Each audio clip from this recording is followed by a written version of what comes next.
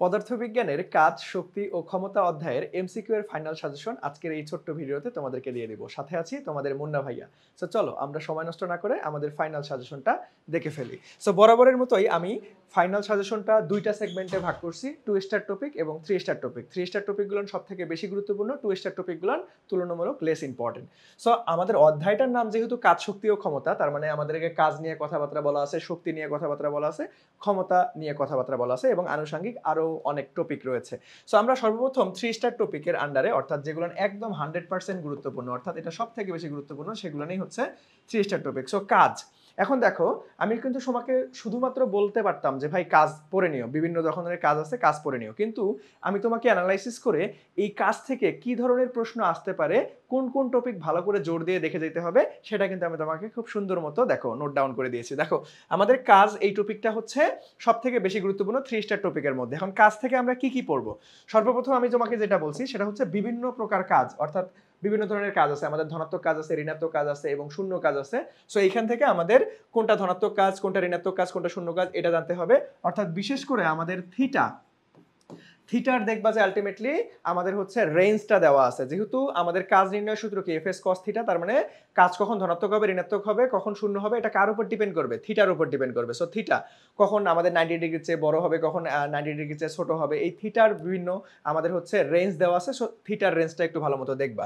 এবং এই শূন্য কাজের একদম ডিরেক্ট এমসিকিউ আকারে উদাহরণগুলো পরীক্ষায় আসে, উদাহরণগুলো ভালো মতো দেখবা। তারপরে যদি আমি আসি ভাইয়া একক এবং মাত্রা, পরেরটা কাজ থেকে কি পড়তে হবে? কাজের একক এবং মাত্রা বোর্ডে অনেকবার আসছে। সো তোমাকে একক এবং মাত্রাটা খুব সুন্দরভাবে দেখতে হবে।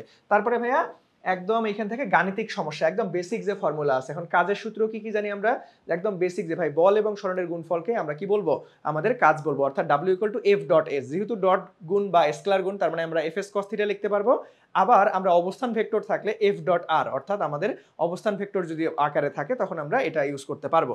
সো আমাদের এই বেসিক সূত্রাবলীগুলো থেকে ভাইয়া আমাদের ম্যাথমেটিক্যাল অর্থাৎ গাণিতিক টাইপের প্রশ্ন আসতে পারে। এবং আরো একটা খুবই গুরুত্বপূর্ণ আমাদের হচ্ছে ম্যাথমেটিক আসতে পারে। এখনকার রিসেন্ট সিলেবাস তুমি যদি অ্যানালাইসিস করো তাহলে কিন্তু তুমি দেখতে পারবা যে ভাইয়া প্রশ্নগুলো একটু তুলনামূলক ফিজিক্সের স্ট্যান্ডার্ড হচ্ছে দিনের তুলনায়, ঠিক আছে, আগের দিনের তুলনায়। সো এখন তোমাকে পরিবর্তনশীল বল দ্বারা কৃত কাজ নির্ণয়টা, এটা একটা হট টপিক, এখান থেকে বারবার প্রশ্ন আসতেছে। সেটা কি?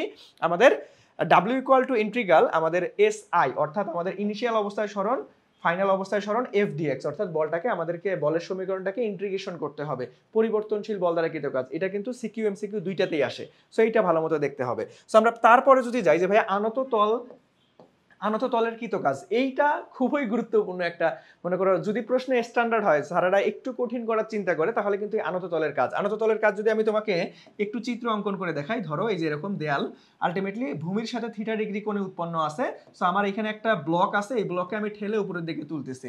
সো আমাদের এখানে সরণের মান দেওয়া থাকবে, থিটার মান দেওয়া থাকবে, তোমাকে কৃত কাজ বের করতে বলবে। অথবা যে ভাইয়া এরকম আমাদের হচ্ছে তোমাকে উলম্বের সাথে কোণ দেওয়া থাকতে পারে। সো ভূমির সাথে কোণ দেওয়া আছে নাকি উলম্বের সাথে কোণ দেওয়া আছে, সো এই জিনিসটা ভালো মতো দেখতে হবে। এবং ধরো আমরা নিচ থেকে আগের বার কি করছি, ঠেলে উপরের দিকে তুলছি, এখন তোমাকে কি করতে পারে যে ভাই উপর থেকে ঠেলে নিচের দিকে নামাইতে পারে। এখন তোমাকে বলবে যে ভাই এখানে কৃত কাজ করতো। অর্থাৎ এরকম চিত্র দিয়ে যেগুলো থাকে সেগুলোকে আনত তল, অর্থাৎ আনত তলের সাথে আমাদের থিটা ডিগ্রি কোণ যদি থাকে তাহলে আমরা আনত তল দ্বারা কৃত কাজ, এই টাইপের প্রশ্ন কিন্তু খুবই আসতে দেখা দিচ্ছে স্ট্যান্ডার্ড এই প্রশ্নগুলো সব থেকে বেশি। সো তারপরে দেখো, তারপরে আমি লাস্টে কাজ থেকে কি পড়ছি যে ভাইয়া স্থিতিস্থাপক বল দ্বারা কৃত কাজ। এইখান থেকে মূলত পার্সেন্টেজ রিলেটেড ম্যাথ আসে। যেমন স্থিতিস্থাপক বলের ক্ষেত্রে আমরা স্প্রিং এর সঞ্চিত শক্তি নির্ণয়ের সূত্র কি জানি ভাইয়া? স্প্রিং এর সঞ্চিত শক্তি বা স্প্রিং এর ক্ষেত্রে কৃত কাজ W বা U = আমরা জানি হাফ কে এক্স স্কোয়ার। কি জানি ভাইয়া? হাফ কে এক্স স্কোয়ার। তার মানে আমাদের এই যে ইউ বা ডাব্লিউ কৃত কাজ বা সঞ্চিত শক্তি আমাদের সরণের সাথে কি বর্গের সমানুপাতিক। সো এইখান থেকে কিন্তু ভাইয়া আমাদের কি পরীক্ষায় প্রশ্ন আসে? Percentage related math. এইটা একদম 100% গুরুত্বপূর্ণ। এখানে কিন্তু আমি দেখো সম্পূর্ণ বোর্ড প্রশ্ন, তোমার বিগত প্রায় 10 বছরের বোর্ড প্রশ্ন অ্যানালাইসিস করে কিন্তু আমি তোমাদেরকে এই ডাটাগুলো দিচ্ছি ভাই। এখান থেকে ইনশাল্লাহ আমি আশাবাদী সর্বোচ্চ সংখ্যক কমন তোমরা পেয়ে যাবা। সো এখান থেকে আমি কি বললাম যে ভাইয়া পার্সেন্টেজ রিলেটেড ম্যাথ আসবে। যেমন আমাদের দেখো, আমাদের হচ্ছে ইউ এর সাথে অর্থাৎ সঞ্চিত শক্তির সাথে সরণের কি সম্পর্ক? বর্গের সমানুপাতিক সম্পর্ক। তার মানে সরণ দ্বিগুণ করলে কৃত কাজ কত পার্সেন্ট বাড়বে? আবার এইটা প্রশ্ন এভাবেও আসতে পারে যে ভাই স্প্রিং এর বিভব শক্তি বা সঞ্চিত শক্তি নির্ণয় করো। অর্থাৎ ডিরেক্ট আমাদের সূত্র থেকে ছোট ছোট ম্যাথ আসে, কিন্তু U equal to half K x square বা W equal to half K x square, এখান থেকে কিন্তু ছোট ছোট ম্যাথমেটিক্স আসে। সো পার্সেন্টেজ রিলেটেড ম্যাথ এবং এখান থেকে আমাদের ছোট ছোট ম্যাথ আসতে পারে। সো কাজের দেখো, কাজ থেকে কি কি পড়তে হবে ভাই, এর বাইরে কিচ্ছু আসবে না এসএসসি পরীক্ষায়। আমি যা বলে দিয়েছি এখান থেকে কাজ থেকে যা যা পড়বা, এর বাইরে একটা প্রশ্ন ইনশাল্লাহ তোমরা দেখতে পাবে না। কারণ আমি এত কনফিডেন্সের সহিত বলতেছি কেন, কারণ ভাইয়া আমি নিজে এই ছোট্ট একটা ভিডিও বানানোর পিছনে আমার 3-4 আলটিমেটলি হচ্ছে ঘন্টা একদম পরিশ্রম করে খুব সুন্দর মতো কয়েকটা টেস্ট পেপার ঘেটে কয়েক সালের প্রশ্ন ঘেটে আমি কিন্তু তোমাদের জন্য অ্যানালাইসিস করে এই ডাটাগুলান তৈরি করেছি, ঠিক আছে? সো এইখান থেকে ইনশাল্লাহ কমন চলে আসবে। সো কাজ থেকে কি কি পড়বো আমরা একদম সুন্দর মতো সামারি আকারে তোমাকে বলে দিলাম। এখন চলো পরবর্তী 3 স্টার টপিকটা কি ভাইয়া? পরবর্তী 3 স্টার টপিক হচ্ছে শক্তি। এই শক্তি সেগমেন্ট আমাদের এখানে বিভব শক্তি এবং গতিশক্তি নিয়ে বিশদ আলোচনা আছে।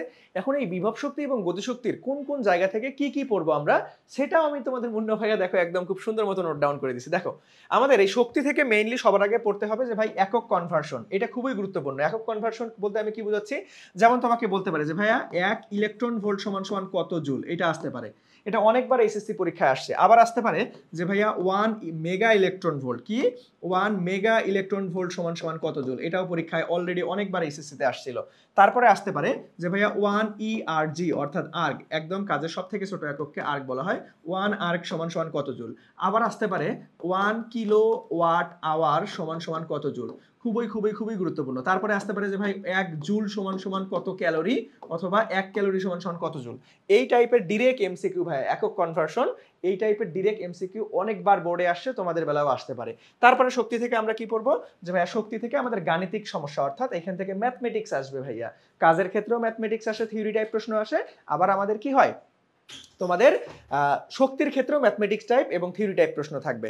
সো আমাদের এই শক্তির মধ্যে তো আমাদের বিভব শক্তিও আছে, আবার গতি শক্তিও আছে। সো আমরা বিভব শক্তি এবং গতি শক্তির সূত্রগুলান থেকে কি ধরনের প্রশ্ন আসতে পারে একটু আইডিয়া তোমাদেরকে দিয়ে দিই। দেখো আমরা সর্বপ্রথম যদি গতিশক্তি নিয়ে আলোচনা করি, সো গতিশক্তি আমরা সবাই জানি E K equal to half mv square.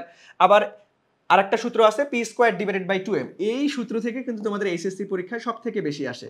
এখান থেকে গ্রাফ আসে, ম্যাথমেটিক টাইপ আসে, আবার পার্সেন্টেজ রিলেটেড ম্যাথও আসে। সো দেখো এটা খুবই গুরুত্বপূর্ণ, E K equal to P square divided by 2m, অর্থাৎ গতিশক্তির সাথে ভরবেগের সম্পর্ক। ওকে আচ্ছা, সো এখন পার্সেন্টেজ রিলেটেড ম্যাথ কি ধরনের ম্যাথ আসতে পারে ভাই, এখান থেকে তোমাকে বলে দিতে পারে যে ভাই রৈখিক ভরবেগ x%, অর্থাৎ x মানে 20 30 50 100 যাই বলুক না কেন, যে কোনো একটা থাকবে কনস্ট্যান্ট মান।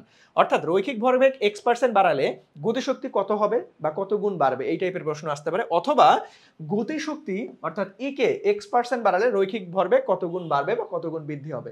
একটা অপরটার উল্টা ফরমেশন অলরেডি অনেকবার এইচএসসি পরীক্ষায় আসছিল, সো তোমাদের বেলায় চলে আসতে পারে, ঠিক আছে? সো এখান থেকে আমাদের কি ভাই ছোট ছোট ম্যাথমেটিক্স, ভরবেগের মান ভরের মান দিয়ে তোমাকে ম্যাথমেটিক্স আসতে পারে, অথবা পার্সেন্টেজের ম্যাথ আসতে পারে, অথবা এই সূত্রটা না ডিরেক্ট এমসিকিউ আসে, নিচের কোনটা গতিশক্তির সমীকরণ এই টাইপের, বা নিচের কোনটা সঠিক এই টাইপের, ঠিক আছে?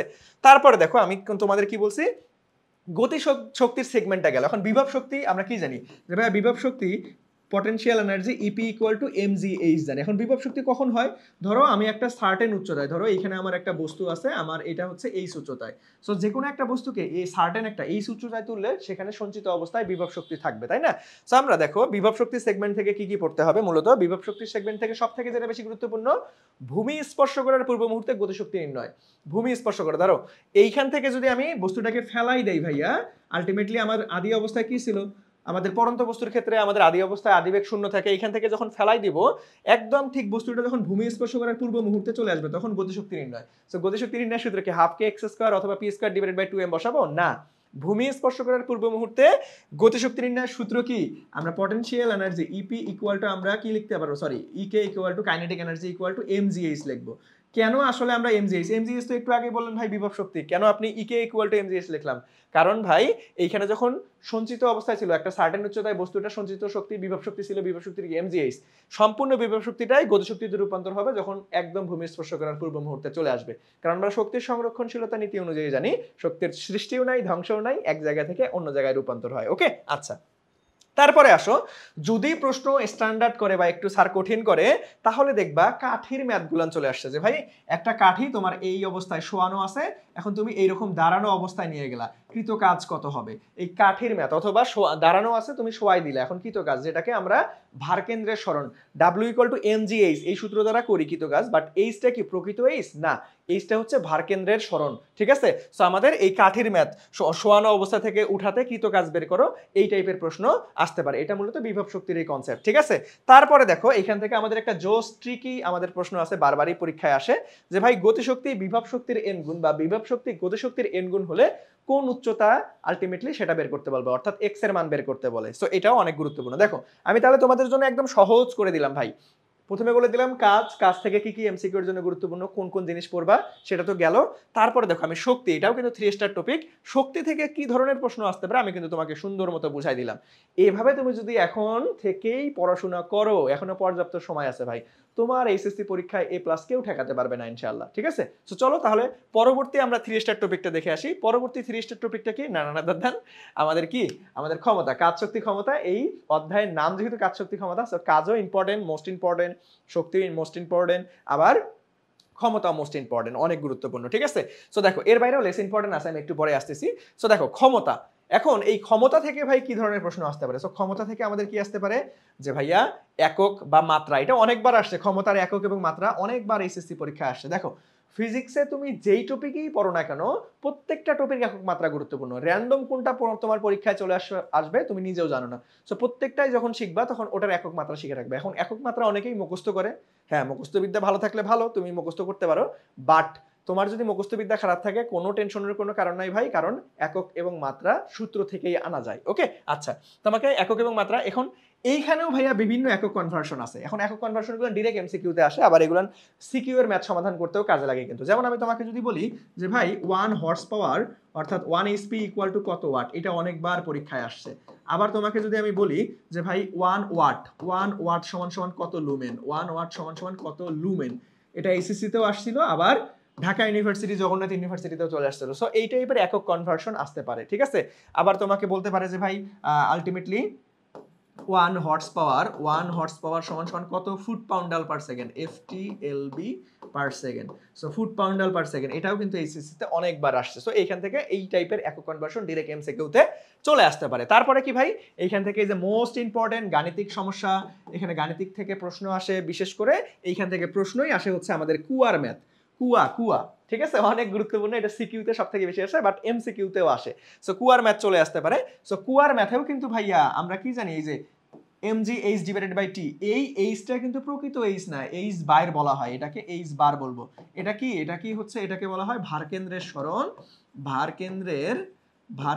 সরণ, অথবা আমরা এটাকে বলতে পারবো আরেকটা নিয়মে করা যায়, সেটা হচ্ছে গড় দূরত্ব বা গড় সরণ, আমরা বলতে পারবো গড় সরণ দিয়েও করা যায়, ঠিক আছে। এগুলো কিন্তু আমি ক্লাসে তোমাদেরকে খুব সুন্দর মতো বুঝিয়েছি। ওকে সো দেখো আমাদের গাণিতিক সমস্যা সমাধান করার জন্য যে কয়েকটা সূত্র আমাদের জানতেই হবে। আমি যদি বলি ক্ষমতা নির্ণয় সূত্রগুলো, যেমন P = W/T, কাজ ভাঙ্গাও Fs/T, আবার S/T কে আমরা FV বলতে পারবো, আবার mgv বলতে পারবো, ঠিক আছে। আবার আমরা W কে বিভব শক্তির সঙ্গে তুলনা করলে mgh/T বলতে পারবো, অথবা আনত তল বরাবর কোনো কিছু যদি থাকে, ধরো এরকম করে আনত তল বরাবর একটা বস্তুকে ঠেলে তুলতেছি, এখন তোমাকে ক্ষমতা বের করতে বলবে, তখন আমাদের এই সূত্র থিটা দেওয়া থাকলে mgh sin থিটা বা mgh cos থিটা, বিভিন্ন কন্ডিশন অনুযায়ী sin থিটা দ্বারাও cos থিটা করা যায়, cos থিটা দ্বারাও করা যায়, তার মানে mgh cos থিটা বা sin থিটা/T। এই সূত্রবলীগুলো থেকে আমাদের কি করতে হবে, গাণিতিক সমস্যা সমাধান করতে হবে। বিশেষ করে আমাদের এইচএসসির জন্য সবথেকে বেশি গুরুত্বপূর্ণ এই সূত্রটা, mgh/T, বাট এই এইচটা কি ভাই প্রকৃত এইচ না, এটা হচ্ছে ভারকেন্দ্রের সরণ। এটা তোমরা আলটিমেটলি, আমি কিন্তু ক্লাসে খুব সুন্দরভাবে তোমাদেরকে এই প্রত্যেকটা কনসেপ্ট ক্লিয়ার করে দিছি। যারা এখনো ক্লাসগুলো করো না তারা কিন্তু রেগুলার ক্লাস করবা ভাইয়া, কারণ এখান থেকে আলটিমেটলি যা টপিক আমি বলে দিচ্ছি এটা কিন্তু অলরেডি লাইভ ক্লাস আমি নিয়ে ফেলছি, ঠিক আছে। তো আমরা যদি পরবর্তীতে যাই, পরবর্তীতে আরো একটা আমাদের খুবই গুরুত্বপূর্ণ 3 স্টার টপিক রয়েছে, সেটা হচ্ছে গ্রাফ। এখান থেকে 100% ইনশাআল্লাহ একটা প্রশ্ন পাবাই, ঠিক আছে, 100% ইনশাআল্লাহ একটা প্রশ্ন পাবাই। এই অধ্যায়ের গ্রাফের নাম শুনলেই তোমরা মাথা ঘুরে, তাই না? দেখো আমি বেশি গ্রাফের কথা বলি নাই, জাস্ট 4টা গ্রাফ পড়বা, জাস্ট কি করবা ভাই, 4টা গ্রাফ পড়বা, এখান থেকে ইনশাআল্লাহ কমন চলে আসবে। দেখো কোন কোন গ্রাফ পড়তে হবে আমি তোমাকে একটু দেখাই দিই। সঞ্চিত শক্তি অর্থাৎ ইউ ভার্সেস সরণ অর্থাৎ ইউ ভার্সেস এক্স এর গ্রাফটা, তারপরে নিক্ষিপ্ত বস্তুর গতিশক্তি এবং উচ্চতার গ্রাফটা তোমাকে জানতে হবে, গতিশক্তি অর্থাৎ ইকে ভার্সেস ভরবেগ অর্থাৎ পি এর গ্রাফ জানতে হবে, এবং নিক্ষিপ্ত বস্তুর উচ্চতার সাপেক্ষে এইচ ভার্সেস ইকে, অর্থাৎ আমাদের গতিশক্তির সাথে উচ্চতার সম্পর্ক। ঠিক আছে, সো আমি তোমাকে যদি একটু হিন্স দেই, দেখো আমরা কিন্তু এই সঞ্চিত শক্তি W equal to half K x square জানি, তার মানে ইউ এর সাথে বা U equal to half K x square, তাহলে ইউ এর সাথে এক্স এর কি সম্পর্ক ভাই? দেখো যে কোনো কিছুর গ্রাফ যখন তুমি হচ্ছে আনতে যাবা, তখন তো কিন্তু তোমাকে বেসিক সূত্র থেকে সমানুপাতিক নাকি ব্যস্তানুপাতিক সম্পর্ক ওইটার মধ্যে বিরাজ করতেছে, সেই অনুযায়ী তোমাকে গ্রাফ নিয়ে যেতে হবে। তাহলে দেখো আমাদের এটা কি ভাই? ইউ ভার্সেস এক্স, তার মানে ইউ ভার্সেস এক্স মেইন সূত্র থেকে আমরা কি পাই যে U equal to half K x square, তাই না? তাহলে এখানে আমরা আলটিমেটলি ইউ এর সাথে এক্স এর কি সম্পর্ক পেলাম? বর্গের সমানুপাতিক। তাহলে এটার গ্রাফ কেমন হবে ভাই? ঊর্ধ্বগামী সরলরেখা। তার মানে যদি এটা হচ্ছে ইউ হয়, এটা যদি আমার এক্স হয়, তাহলে এই যে এইরকম হবে, ঊর্ধ্বগামী সরলরেখা হবে। দেখো আমি একটা বেসিক আইডিয়া দিয়ে দিই। তারপরে নিক্ষিপ্ত বস্তুর ক্ষেত্রে আমার গতিশক্তির সাথে আমাদের উচ্চতার সম্পর্কটা কি রকম হবে? তাহলে দেখো নিক্ষিপ্ত বস্তুর ক্ষেত্রে আমি যদি গ্রাফটা অঙ্কন করি, তাহলে এইরকম ব্যাপারটা হবে যে এটা যদি আমার ইকে হয়, এটা যদি আমার এইচ হয়, তাহলে এই যে নিম্নগামী রেখা হবে। তারপরে যদি আসি যে ভাই গতিশক্তির সাথে আমাদের ভরবেগের সম্পর্ক কি, এটাও কিন্তু এই যে ইকে ইকুয়াল টু আমাদের p square divided by 2m, তার মানে ইকের সাথে কি, ইকের সাথে সমানুপাতিক আকারে বর্গের সমানুপাতিক। তার মানে এটারও গ্রাফ কিন্তু আমাদের কি হবে? আমাদের হচ্ছে ঊর্ধ্বগামী সরলরেখা। দেখো প্রথমটা এবং তৃতীয়টা একই রকম, ঠিক আছে? এটা হচ্ছে ইকে আর এটা হচ্ছে পি, ঊর্ধ্বগামী সরলরেখা হবে, কারণ বর্গের সমানুপাতিকটা কি হয়? ঊর্ধ্বগামী সরলরেখা পাই, আর শুধু সমানুপাতিক কি হয়? একদম মূল বিন্দুগামী সরলরেখা পাই। ওকে, তারপরে দেখো এই যে নিক্ষিপ্ত বস্তু, দেখো এটাও কিন্তু ইকে ভার্সেস এইচ, এটাও কিন্তু ইকে ভার্সেস এইচ, বাট একটু তফাৎ আছে। দেখো এখানে কি বলছে যে নিক্ষিপ্ত বস্তুর উচ্চতার সাপেক্ষে আমাদের এইচ এবং আমাদের কি ইকে, অর্থাৎ এই যে বিভব শক্তি বোঝাচ্ছে কিন্তু উচ্চতার সাপেক্ষে। তার মানে আমরা আরেকটা সূত্র জানি না যে ইপি ইকুয়াল টু এমজিএইচ। তাহলে দেখো তো ভাই আমাদের এই যে ইকে বা ইপির সাথে আমাদের কি এখানে এখানে আমাদের হচ্ছে এই যে গতিশক্তি হচ্ছে বিভব শক্তি হইতো, আমাদের ইপি হইতো। ঠিক আছে, সো একটু চেঞ্জ করে নিবা। সো ইপির সাথে এইচ এর কি সম্পর্ক, এটার গ্রাফ যদি আমরা অঙ্কন করি, তাহলে দেখো সমানুপাতিক গ্রাফ, জাস্ট আমাদের মূল বিন্দুগামী সরলরেখা হবে। এটা হচ্ছে ইপি, এটা হচ্ছে এইচ। ওকে, আচ্ছা, সো এই চারটা গ্রাফ যদি তুমি পড়ো ভাই, আর কোনো গ্রাফ দরকার নাই, এই চারটা গ্রাফ থেকে ইনশাল্লাহ পরীক্ষায় কমন চলে আসবে। সো আর আমরা যদি পরবর্তীতে যাই, এটাই হচ্ছে লাস্ট স্লাইড। দেখো আমাদের এখানে 2 স্টার টপিক, ঠিক আছে? সো এতক্ষণ তো আমরা ভাই 3 স্টার টপিক, যেগুলো পরীক্ষা আসার মতো সব থেকে গুরুত্বপূর্ণ, এখন এগুলো বাদ দিয়ে আর কোন কোন টপিক আমাদের একটু চোখ বুলাই যেতে হবে ভাইয়া? সো দেখো 2 স্টার টপিক, অর্থাৎ যেগুলো একটু লেস ইম্পর্টেন্ট টপিক, সেটা কি কি? কর্মদক্ষতা, তারপরে হচ্ছে বুলেট এবং তক্তার ম্যাথ, এবং সংরক্ষণশীল এবং অসংরক্ষণশীল বল। এখান থেকে মূলত পড়তে হবে প্রকারভেদ, অর্থাৎ এরকম প্রশ্ন আসতে পারে, এটা তোমরা নিউটনিয়ান বলবিদ্যাও পড়বা, ঠিক আছে? তোমরা আসতে পারে নিচের কোনটা সংরক্ষণশীল বল বা নিচের কোনটা অসংরক্ষণশীল বল, এই টাইপের প্রশ্ন। ঠিক আছে, সো দেখো ওভারঅল আমি কাজ, শক্তি এবং ক্ষমতা এই অধ্যায়ের একদম এমসিকিউ এর কোন টপিক থেকে কতটুকু অংশ পড়বা, কি ধরনের প্রশ্ন আসতে পারে, একদম A to Z ভাইয়া বলে দিলাম। ইনশাআল্লাহ সামনের এইচএসসি পরীক্ষা আমি যা বলেছি, ইনশাআল্লাহ এখান থেকে তোমরা সর্বোচ্চ সংখ্যক কমন পেয়ে যাবে। তোমাদের কাজ হচ্ছে লক্ষ্মী বাচ্চা কাচ্চার মতো সুন্দর মতো নোট ডাউন করে পড়াশোনা চালাই যাওয়া, ঠিক আছে?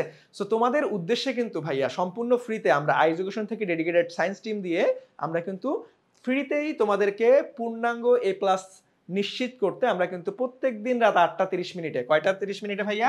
প্রতিদিন রাত 8টা 30 মিনিটে, প্রতিদিন রাত 8টা 30 মিনিটে তোমাদের জন্য ফ্রি লাইভ ক্লাসের ব্যবস্থা করেছে, ফ্রি লাইভ ক্লাস। তো যারা এই ক্লাসগুলো এখনো করতেছো না, সবাই এই সময়ে ডিরেক্ট এডুকেশন ফেসবুক পেজে উপস্থিত থাকবা।